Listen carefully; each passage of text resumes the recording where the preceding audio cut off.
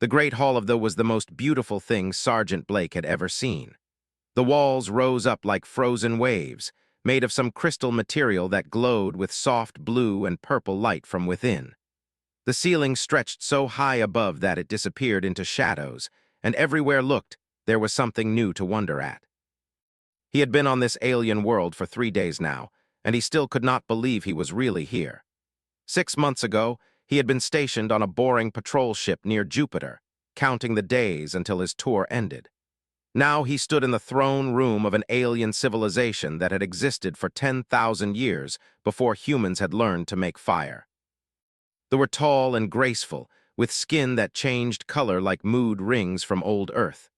They had large, dark eyes that seemed to see everything at once, and when they moved, it was like watching dancers who had practiced their whole lives.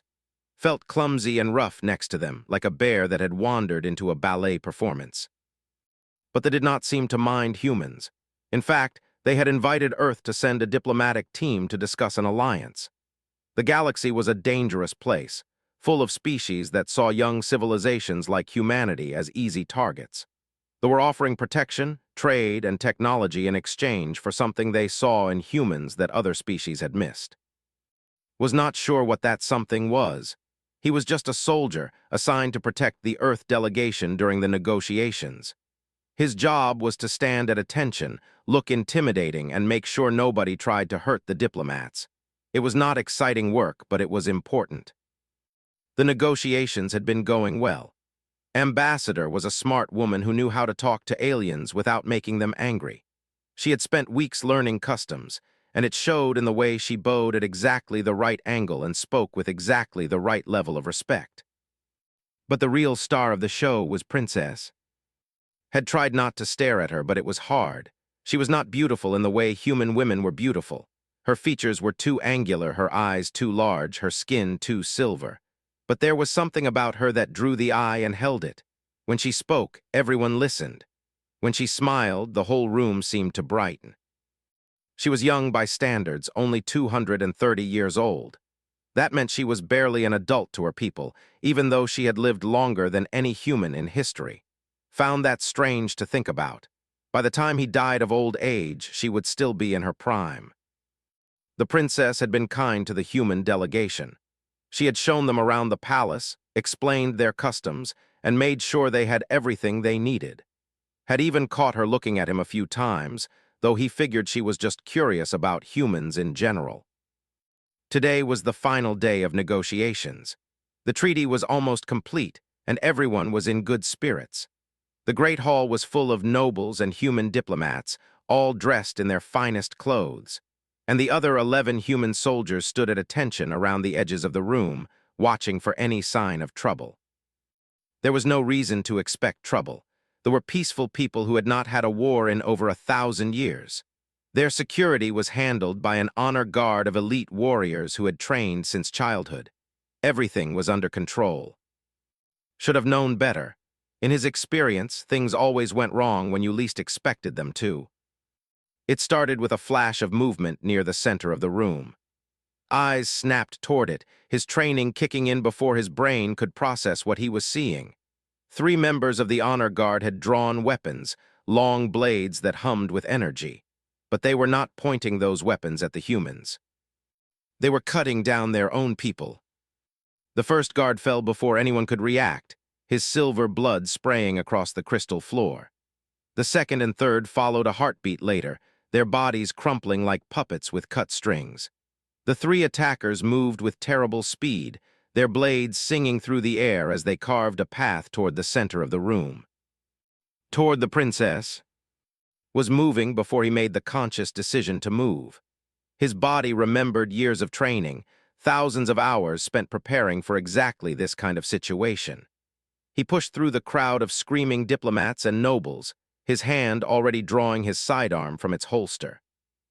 But he was not going to be fast enough. The lead attacker was already within striking distance of the princess, his blade raised for a killing blow. Guards were trying to reach her, but they were too far away. The ambassador was frozen in shock. Everyone was too slow.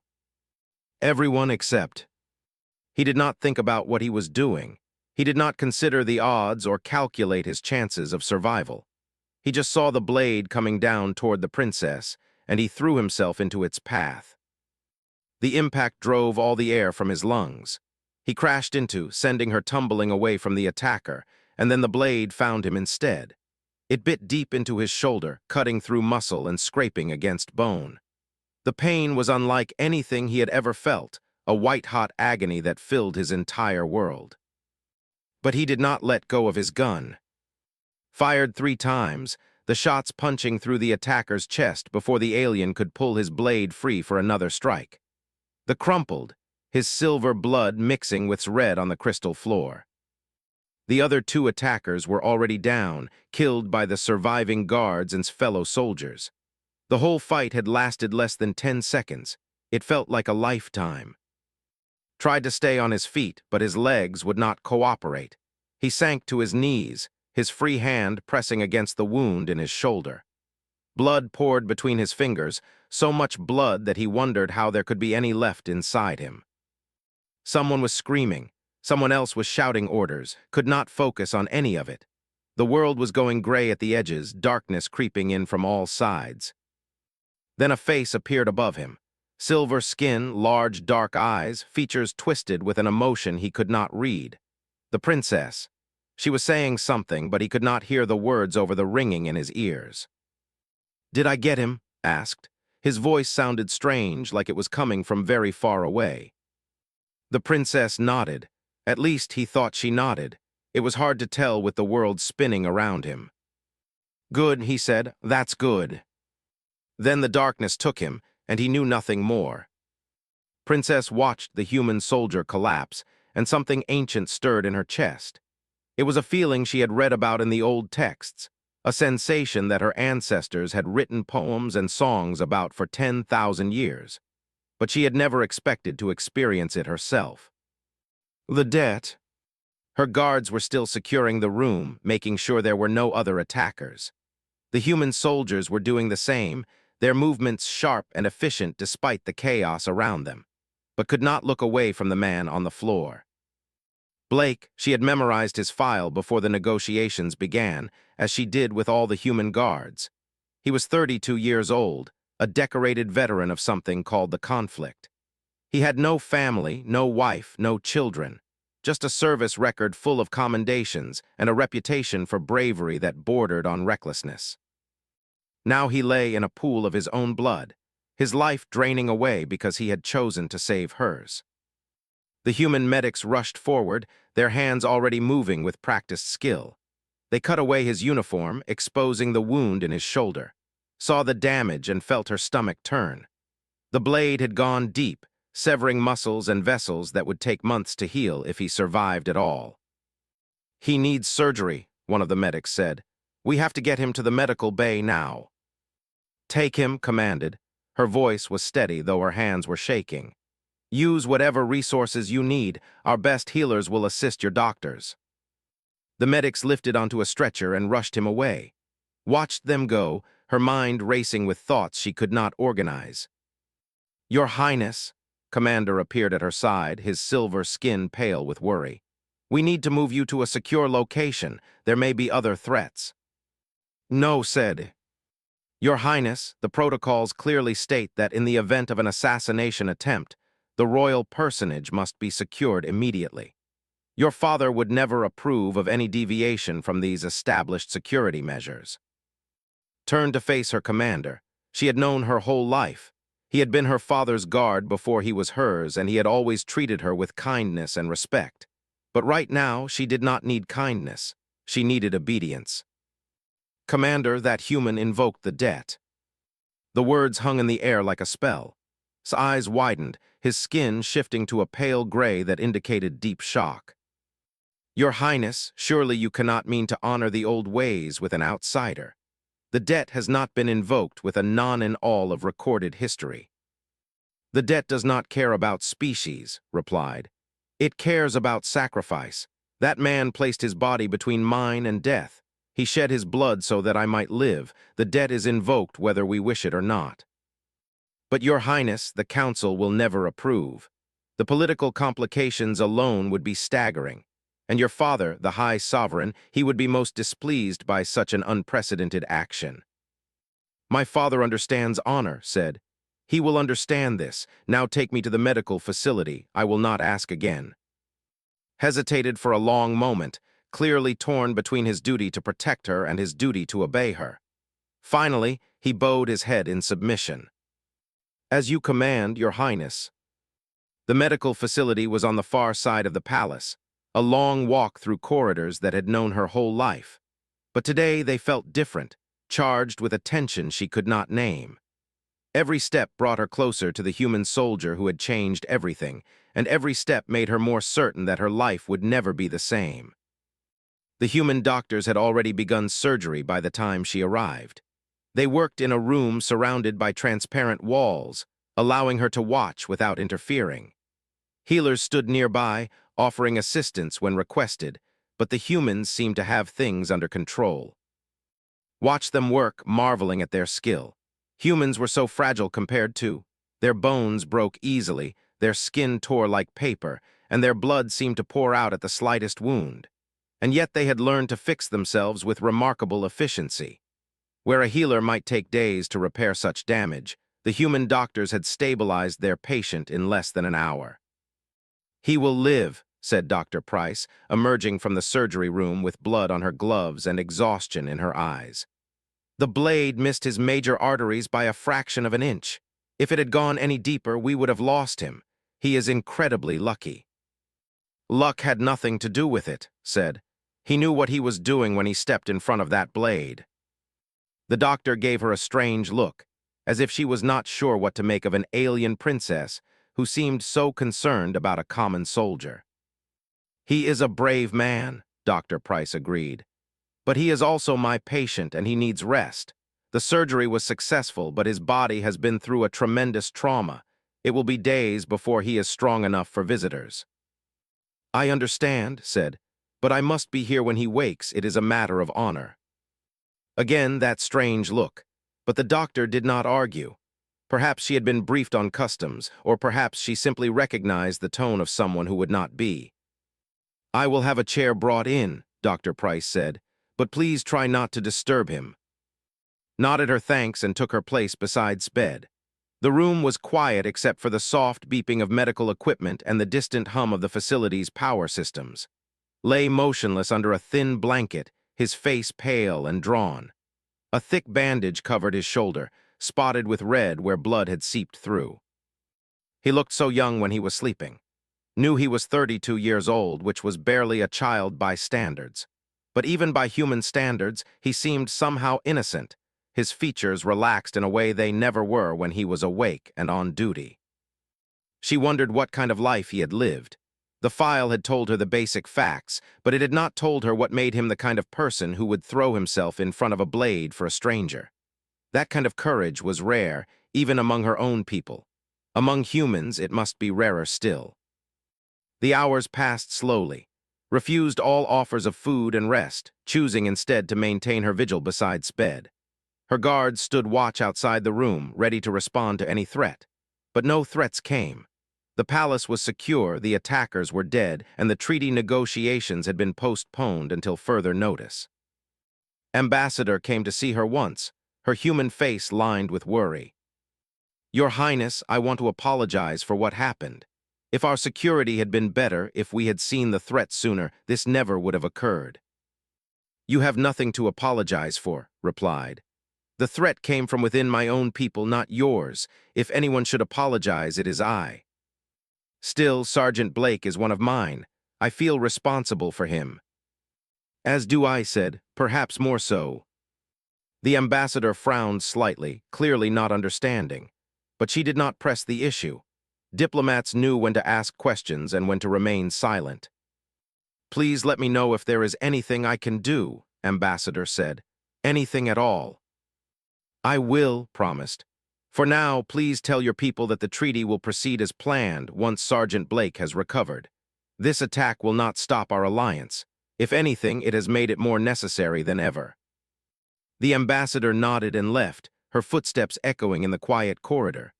Turned her attention back to watching the slow rise and fall of his chest. She thought about what the debt would mean for both of them. The old traditions were clear on this matter. When someone saved a member of the royal house at risk to their own life, a bond was formed that could not be broken. The savior became tied to the saved, and the saved became responsible for the saviors. There were several ways to fulfill the debt. The most common was service, where the debtor dedicated a portion of their life to protecting or helping the one who had saved them.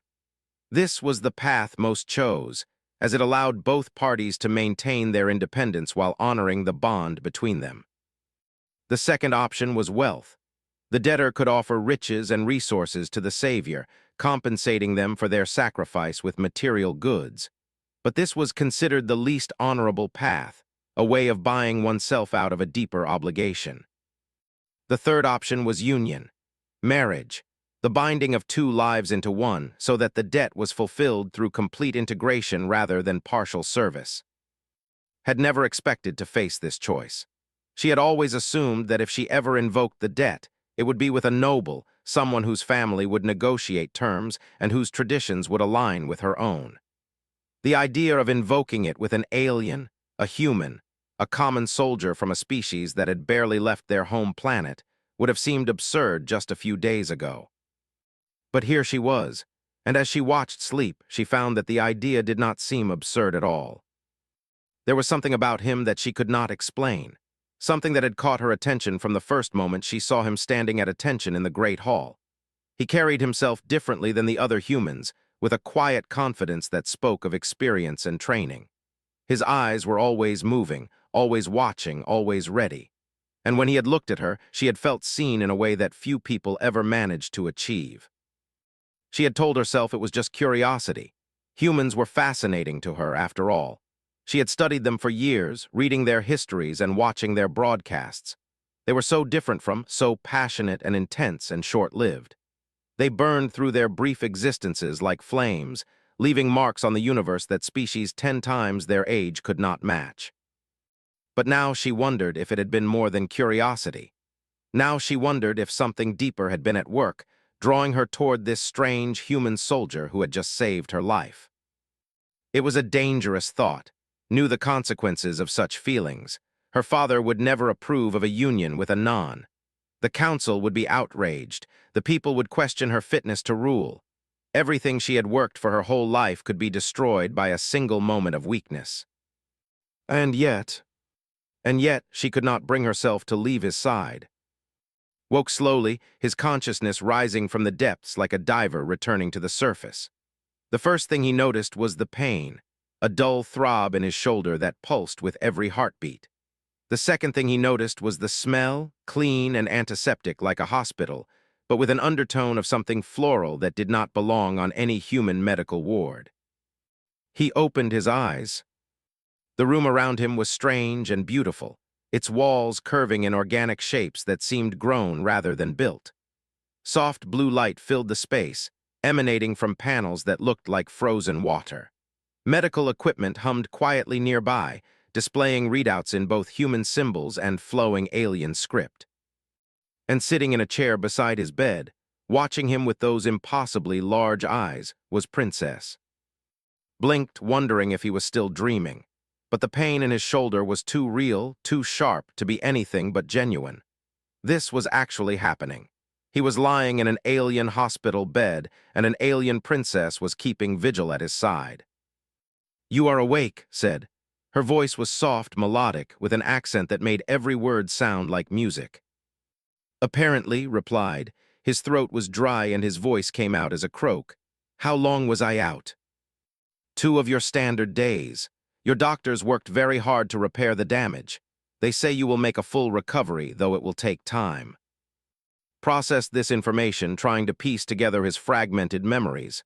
The Great Hall, the attackers, the blade coming down toward the princess, his desperate leap to intercept it.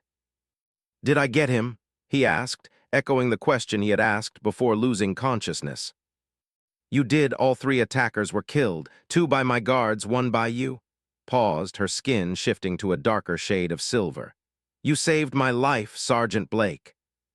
He said automatically, "If I just took a sword for you, you can probably use my first name."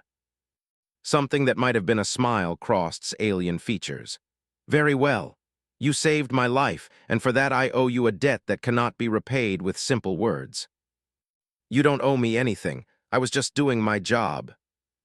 Your job is to protect human diplomats, not alien princesses. My job is to protect people who need protecting. You needed protecting. It's not complicated. Was silent for a long moment, her large eyes studying him with an intensity that made uncomfortable. He was used to being overlooked, ignored, treated as just another soldier in a uniform. He was not used to being the focus of so much attention, especially from someone so important. Among my people, said finally, there is a tradition called the debt. It is very old, dating back to the founding of my house 10,000 years ago. When someone saves the life of a member of the royal family at risk to their own life, a bond is formed between them. The saved becomes responsible for the savior, and the savior gains a claim upon the saved. Frowned, trying to follow her words. His head was still fuzzy from the drugs, and alien traditions were not exactly his area of expertise. So what does that mean in practical terms? It means that I am now obligated to you. My honor, my family's honor, demands that I recognize and fulfill this obligation. There are several ways this can be done. Took a deep breath, her skin flickering through several shades of color. I can offer you service, dedicating a portion of my life to your protection or assistance. I can offer you wealth, compensating you for your sacrifice with material goods, or I can offer you union. Union. Marriage, clarified. The binding of two lives into one so that the debt is fulfilled through complete integration. Stared at her. His brain, still recovering from trauma and medication, struggled to process what he was hearing. Wait, are you saying that because I got stabbed for you, you have to marry me? Not have to, may choose to as one option among several, and the choice would be yours as well.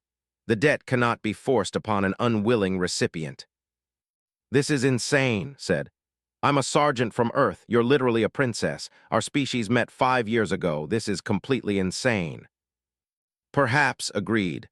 But honor is not always sane. Tell me, when you threw yourself in front of that blade, what were you thinking? Considered the question. He wanted to say something clever, something that would make sense of what he had done. But the truth was simpler and stranger than any explanation he could invent. I wasn't thinking anything, he admitted. I just saw the blade coming toward you and I moved. Didn't even occur to me not to. Nodded slowly, as if he had confirmed something she already suspected. That is why the debt exists, because such selflessness is rare and precious, and it should not go unrecognized. You did not save me because you expected a reward. You saved me because that is who you are, and that makes the debt even more binding, not less. Did not know what to say. He had never been good with words, preferring to let his actions speak for themselves. But actions had gotten him into this situation, and he was not sure they could get him out. Look, he said finally, I appreciate what you're saying, really, but I think you're making a bigger deal out of this than it needs to be. I saw a threat, I neutralized it. That's what soldiers do. It doesn't mean you owe me your hand in marriage. You are right that it does not require marriage, said. As I said, there are other options, but you cannot dismiss the debt entirely. My people would not understand, and neither would yours. A princess cannot simply forget that someone saved her life. So what are you suggesting? I am suggesting that we take time to know each other. You will need weeks to recover from your injuries. I will need time to deal with the political consequences of this attack. Perhaps during that time we can talk, learn about each other. And then, when you are healed and I am settled, we can decide together how the debt should be fulfilled. It was a reasonable proposal, had to admit. More reasonable than anything else about this situation. Okay, he said. Talking I can do, but I want to be clear about something. Whatever we decide, it's going to be our decision. Not your traditions, not your family, not your council. Ours, deal. Skin shifted to a warm, golden color that had not seen before. He wondered what emotion it represented. Deal, she said. I think I'm going to enjoy talking with you, Blake of Earth. Yeah, well, we'll see about that. Over the next several days, recovered his strength slowly. The healers worked alongside human doctors, using a combination of technologies that accelerated his healing far beyond what either species could have achieved alone. The wound in his shoulder closed, the muscles began to knit, and the constant pain faded to a manageable ache. But the physical recovery was only part of his journey. The emotional and mental recovery was harder to measure. Had been in combat before. He had killed enemies and watched friends die. He had faced death more times than he could count, and he had always come through with his mind intact. But there was something different about this experience, something that kept him awake at night when the medical facility was dark and quiet. He had made a choice in that great hall, a choice to sacrifice himself for someone he barely knew. And he had done it without hesitation, without calculation, without any of the survival instincts that usually kept him alive. He had simply seen the threat and moved to intercept it. What did that say about him? Was he brave or just stupid? Did he value his own life so little that he would throw it away for a stranger? Or did he value other lives so much that he would risk anything to protect them? He did not know the answers, and that uncertainty bothered him more than the wound in his shoulder. Came to see him every day as she had promised. They talked for hours about everything and nothing. She told him about history, about the 10,000 years of civilization that had shaped her people. He told her about Earth, about the wars and the poverty and the long climb toward the stars. She asked about human art and music and literature. He asked about religion and philosophy and science. It was strange, thought, how easy it was to talk to her. He had never been good at conversation, preferring silence to small talk. But words seemed to flow naturally. She listened when he spoke, really listened in a way that few people ever did. And when she spoke, he found himself hanging on every word, fascinated by her perspective on the universe. He learned that she was young by standards, barely an adult despite her 230 years. He learned that she had been groomed for leadership since childhood, trained in politics and diplomacy, and the 1,000 subtle skills required to rule an ancient civilization. He learned that she had never left her before this treaty negotiation, and that meeting humans had been the most exciting experience of her life. "You fascinate us," she told him one afternoon, sitting beside his bed as the artificial sunlight streamed through the window. "Your species, I mean.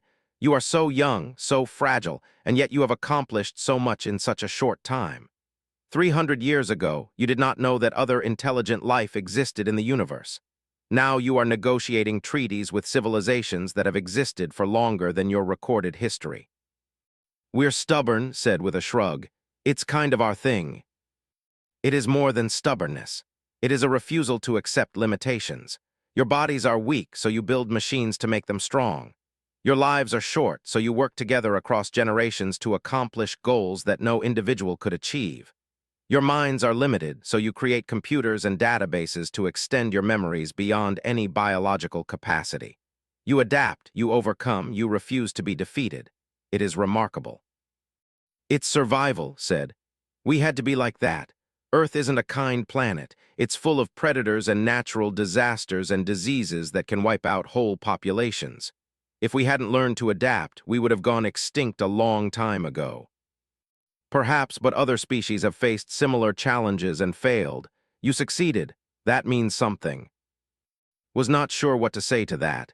He had never thought of humanity as anything special. They were just people doing their best to survive in a hostile universe. The fact that they had made it this far seemed more like luck than destiny. But he could tell that believed what she was saying. She genuinely admired humans, saw something in them that they did not always see in themselves. And coming from someone whose civilization had lasted for 10,000 years, that meant something. "What about you?" asked.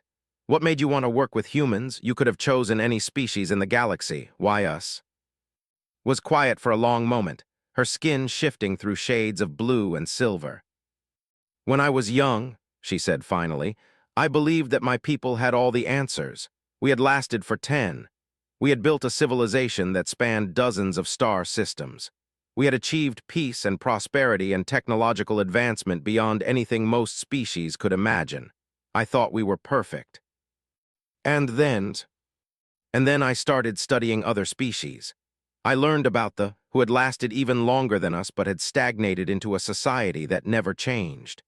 I learned about the who had achieved great things but had destroyed themselves in a civil war that lasted for centuries. I learned about the who had given up on progress entirely and simply waited for their son to die. She paused, her eyes focusing on something could not see.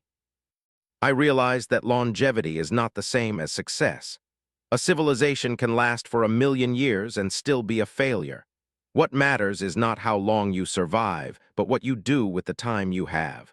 And when I looked at humans, I saw something I had not seen in any other species. What? Hope, said simply. Your species is full of hope. You believe that tomorrow can be better than today, that the future holds possibilities beyond imagination. You dream of things that do not exist and then work to make them real. That kind of hope is rare in the galaxy. Most species, including my own, have lost it long ago. Did not know what to say. He had never thought of hope as something special, something that set humans apart. It was just the way things were. You woke up each day and tried to make it better than the last. That was not hope. That was just life. But maybe was right. Maybe hope was something that had to be practiced, cultivated, protected. Maybe it was something that could be lost if you stopped believing in it. I hope we don't disappoint you, he said finally. Smiled, her alien features softening into something almost tender. You have not disappointed me yet, Blake. The days turned into weeks, and wounds continued to heal. The doctors were amazed at his progress, crediting the combination of human and medicine, but knew that there was another factor at work. He wanted to get better. He wanted to leave this hospital bed and walk through the palace under his own power. He wanted to see the alien sky with his own eyes, to feel the foreign soil beneath his feet. He wanted to experience this strange world that had become so important to him. And he wanted to spend more time with. He was not sure when his feelings had shifted from curiosity to something deeper. Maybe it had happened gradually over the course of their many conversations. Or maybe it had happened all at once, in a single moment that he could not identify. But somewhere along the way, the princess had stopped being a duty and started being something else. A friend maybe, or something more. It was a dangerous thought. Knew all the reasons why it was a bad idea. She was alien. She was royalty. She was bound to him by a tradition he did not fully understand. Any relationship between them would be complicated beyond belief, full of political pitfalls and cultural misunderstandings. But when she looked at him with those large, dark eyes, all his objections seemed to fade away. When she laughed at his jokes, he felt like the funniest man in the galaxy. When she touched his hand, he felt a warmth that had nothing to do with her alien body temperature. He was falling for her, hard, and he had no idea what to do about it. One afternoon, about 3 weeks after the attack, came to his room with a proposition. The doctors say you are well enough to walk, she said. I thought you might like to see the gardens. Looked up from the tablet he had been reading, a translation of poetry that had recommended. The gardens. The royal gardens, they are the most beautiful place in the palace. I have wanted to show them to you since you arrived, but you have been confined to this room. Now that you are healing, I thought perhaps you might enjoy a change of scenery. Smiled, I would like that very much. Getting out of bed was harder than he expected. His legs were weak from disuse, and his shoulder ached when he moved too quickly. But with help, he managed to stand and take a few tentative steps. Take your time, said, her hand steady on his arm. There is no rush. They walked slowly through the corridors of the medical facility, past rooms full of healing technology and patients. Drew curious looks from everyone they passed, but no one tried to stop them. The princess's presence was enough to clear any path. The gardens were everything had promised and more. They spread out before like a dream made real, full of plants and flowers that he had never seen before. Some of them glowed with their own light. Others moved in the absence of wind, swaying to rhythms only they could hear. The air was thick with scents he could not name, complex and layered and somehow perfect. This is incredible, breathed. My ancestors planted these gardens 10,000 years ago, said. They have grown and changed over the centuries, but the original design remains. Every path, every tree, every flower has meaning. Together they tell the story of my people. They walked together along winding paths, pausing to admire particularly beautiful specimens. Explained the significance of each plant, the history it represented, the emotions it was meant to evoke. Listened, fascinated not just by the information but by the passion with which she shared it. Eventually, they reached a quiet clearing near the center of the gardens. A fountain stood there, its water catching the light of the twin suns and throwing rainbows across the surrounding flowers. Stone benches circled the fountain, worn smooth by thousands of years of use. "This is my favorite place in the palace," said, sitting down on one of the benches. "When I was young, I used to come here to think, to escape from the pressures of royal life, to be alone with my thoughts." Sat down beside her, careful not to jostle his injured shoulder. "It's beautiful." "Yes, it is," turned to look at him, her expression serious. "I need to tell you something." "Okay." "I have been speaking with my father about the debt. He is not pleased." Felt his stomach tighten. He had known this moment would come eventually. The princess's family could not be happy about her spending so much time with a human soldier. There would be expectations, traditions, political considerations that he could not even begin to understand. "What did he say?" "He said that the debt is valid. You saved my life, and that creates an obligation that cannot be ignored.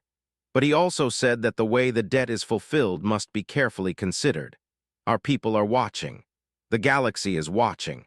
Whatever we decide will have consequences that extend far beyond the two of us." "I understand," said. "So what do we do?" Was silent for a long moment. Her skin shifted through colors that had learned to recognize, emotions flowing across her features like water. "I told my father that I wished to know you better before making any decisions," she said finally. "I told him that the human tradition of courtship might be appropriate, given the circumstances. He agreed to give us time, provided that we maintain proper decorum and that I continue to fulfill my other duties." "Courtship," repeated. The word felt strange on his tongue. "I believe the human term is dating, getting to know each other with the possibility of a more permanent arrangement in the future. Is that correct?" Stared at her. His heart was pounding in a way that had nothing to do with his healing wound. "Are you asking me out?" Skin flushed a deep golden color. "I suppose I am, if you are willing." Thought about all the reasons why this was a bad idea. The cultural differences, the political complications, the fact that they came from different species, different worlds, different ways of understanding the universe. Then he thought about the way she looked at him, the way she listened when he spoke, the way she made him feel like he mattered, like he was more than just a soldier doing his job. "I'm willing," he said. Smiled and felt his heart skip a beat. "Then let us begin," she said. "We have much to learn about each other." The weeks that followed were the strangest and most wonderful of his life.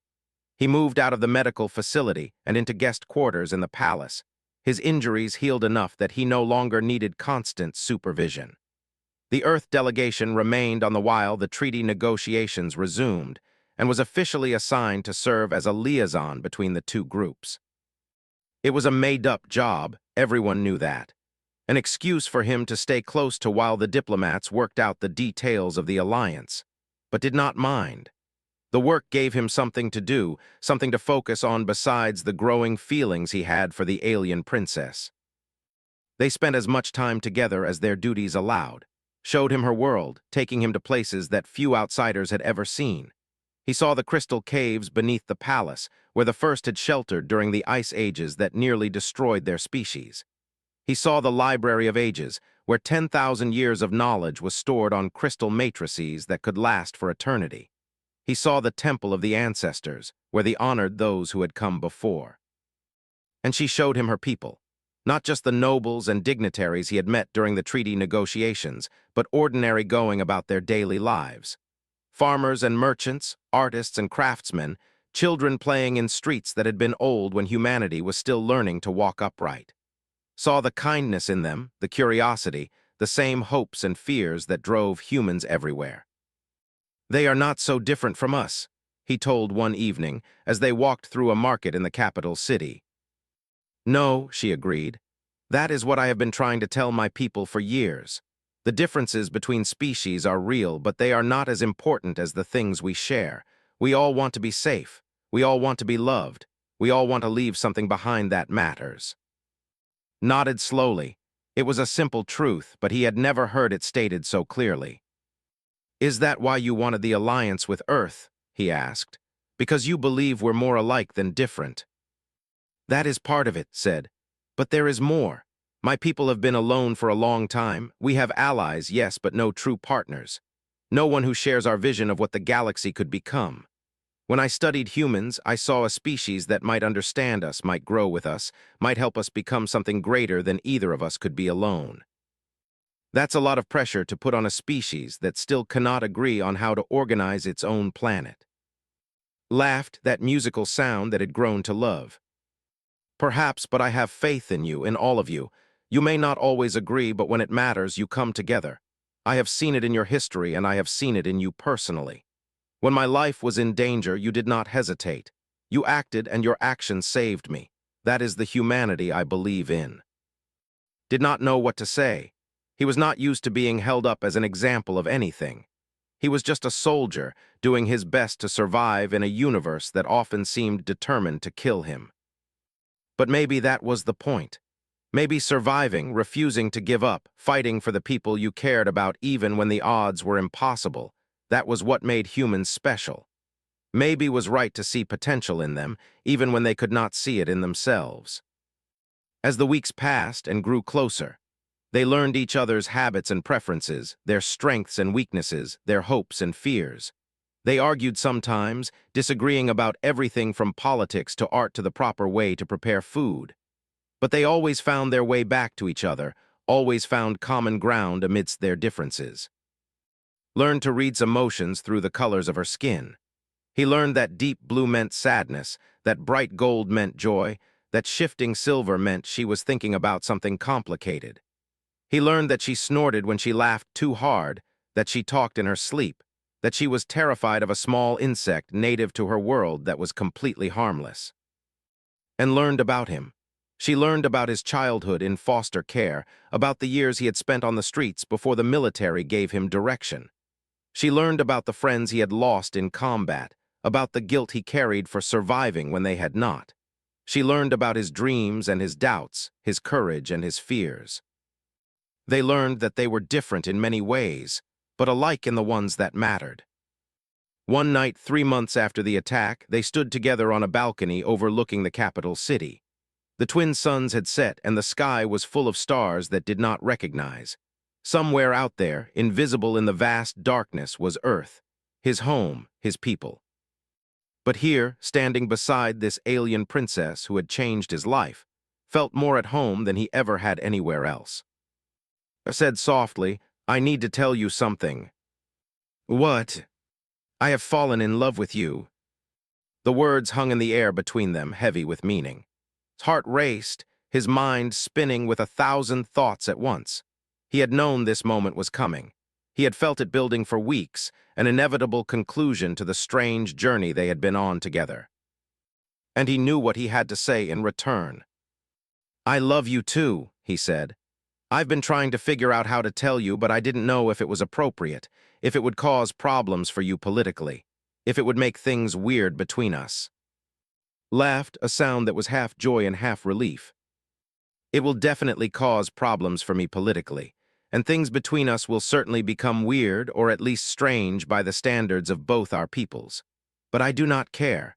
I have spent my whole life doing what was expected of me, what was proper, what was safe. For once, I want to do what my heart tells me is right. Reached out and took her hand. Her skin was cool and smooth, different from human skin but not unpleasant. He had held her hand before, but this time it felt different, more significant, more real. So what do we do now? He asked. Now we tell my father and your people, and then we navigate the political complications together as partners. It will not be easy. There will be opposition from both sides. But I believe we can make this work if we are willing to fight for it. Thought about all the battles he had fought in his life. Against street gangs in Detroit, against enemy soldiers on distant planets, against the blade that had nearly killed in the Great Hall. This would be a different kind of battle, but he was ready for it. "I'm willing," he said.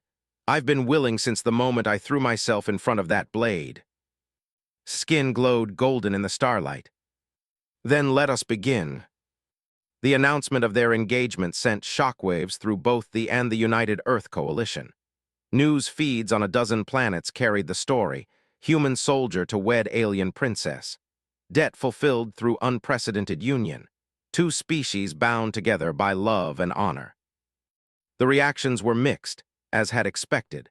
Many humans saw it as a triumph, proof that their species could stand as equals beside the ancient civilizations of the galaxy. Many saw it as an abomination, the corruption of their royal bloodline by primitive outsiders.